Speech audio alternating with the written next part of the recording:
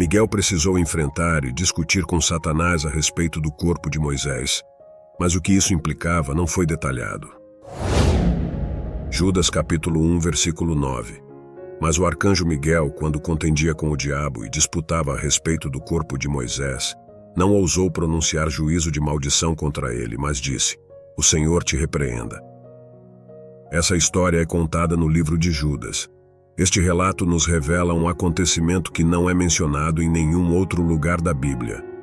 Isso naturalmente nos faz questionar: de onde surgiu essa informação?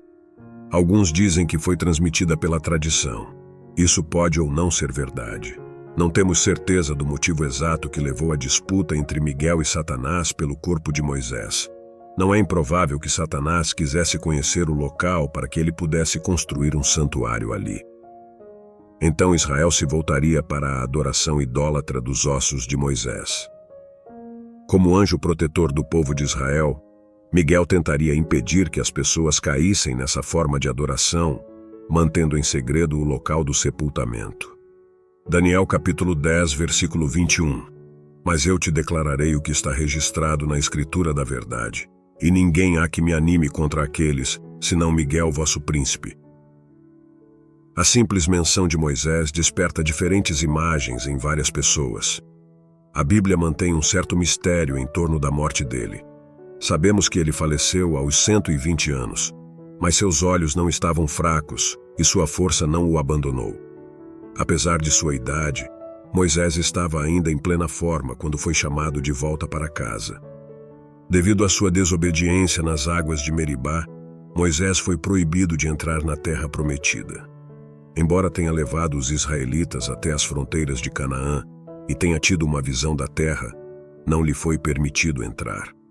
No final da vida de Moisés, Deus permitiu que ele visse a terra pela qual havia deixado o Egito. Moisés subiu o monte Nebo desde as planícies de Moabe até o topo de Pisga. O monte tem uma altura de 4.500 pés.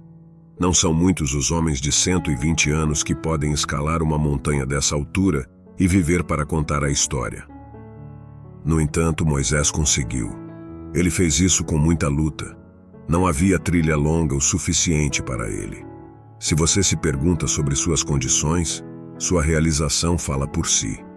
Ele já sabia que estava prestes a morrer, pois Deus o havia informado. E antes de sua morte, Deus já havia escolhido Josué para assumir seu lugar. A pesada responsabilidade de guiar a nação foi retirada de seus ombros pela primeira vez em seus últimos 40 anos de vida. Moisés conseguia subir a encosta com tranquilidade. Ele estava ciente de que poderia dar seu último suspiro a qualquer momento. Enquanto contemplava pela última vez a terra prometida, um pedaço de terra que nunca pisaria era o que mais desejava.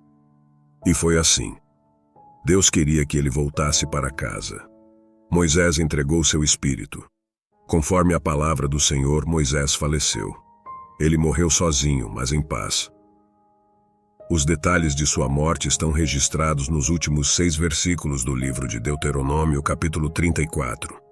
E o sepultou num vale, na terra de Moabe, em frente de Bet-peor, e ninguém soube até hoje o lugar da sua sepultura. Moisés foi a única pessoa na Bíblia que foi pessoalmente enterrado por Deus. O Senhor escolheu esconder o local do túmulo.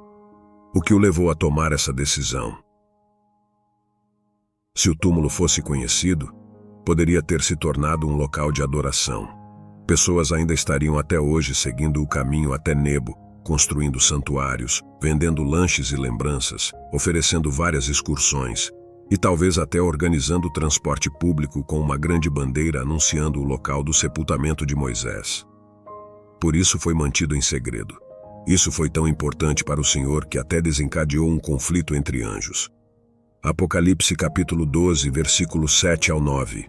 E houve batalha no céu. Miguel e os seus anjos batalhavam contra o dragão. E batalhavam o dragão e os seus anjos. Mas não prevaleceram, nem mais o seu lugar se achou nos céus. E foi precipitado o grande dragão, a antiga serpente chamada o Diabo e Satanás, que engana todo o mundo. Ele foi precipitado na terra, e os seus anjos foram lançados com ele. Miguel, o arcanjo, É mencionado na Bíblia, nos textos de Daniel, Judas e Apocalipse, como um anjo guerreiro envolvido em batalhas espirituais. A palavra arcanjo refere-se a um anjo de alta hierarquia. A maioria dos anjos na Bíblia são descritos como mensageiros, enquanto Miguel é retratado em todos os 3 livros como alguém que luta, resiste e enfrenta espíritos malignos e governantes. Miguel nos é apresentado pelo profeta Daniel. Ele se recusou a julgar com arrogância. Em vez disso, simplesmente anunciou a repreensão de Deus. A forma como essa repreensão é expressa é semelhante a Zacarias capítulo 3, versículo 2, onde o Senhor repreende Satanás por suas acusações contra Josué, o sumo sacerdote. E ele mostrou-me o sumo sacerdote Josué, o qual estava diante do anjo do Senhor, e Satanás estava à sua mão direita para se lhe opor. Mas o Senhor disse a Satanás: O Senhor te repreenda, ó Satanás, sim, o Senhor, que escolheu Jerusalém, te repreenda. Mesmo com seu imenso poder, Miguel permanece completamente obediente ao Senhor. Os anjos justos mantêm uma posição e estão submissos à autoridade divina. Podemos observar que a obediência não significa perder a força, propósito ou valor de um indivíduo. A força do anjo Miguel não foi questionada como em sua última menção em Apocalipse capítulo 12, versículo 7, quando Satanás é expulso do céu. Miguel e as forças do céu derrotam o dragão Satanás, e o diabo está preso à terra. Enfurecido, Satanás partiu para a guerra contra aqueles que guardam os mandamentos de Deus e retenham firmemente o seu testemunho sobre Jesus. O confronto é um mal necessário. Ninguém o aprecia, mas é essencial para corrigir, purificar e unir a comunidade. Não é agradável, mas é imprescindível. Até mesmo Miguel, o arcanjo, não lutou contra o inimigo por sua própria autoridade, mas falou em nome do Senhor. Deus não é apenas o Criador, mas também o Redentor. Ele é o nosso protetor, e nosso Deus é exaltado, santo e justo. Ele nunca erra e nunca comete equívocos. Tudo o que ele faz é correto. Portanto, você e eu podemos confiar nele.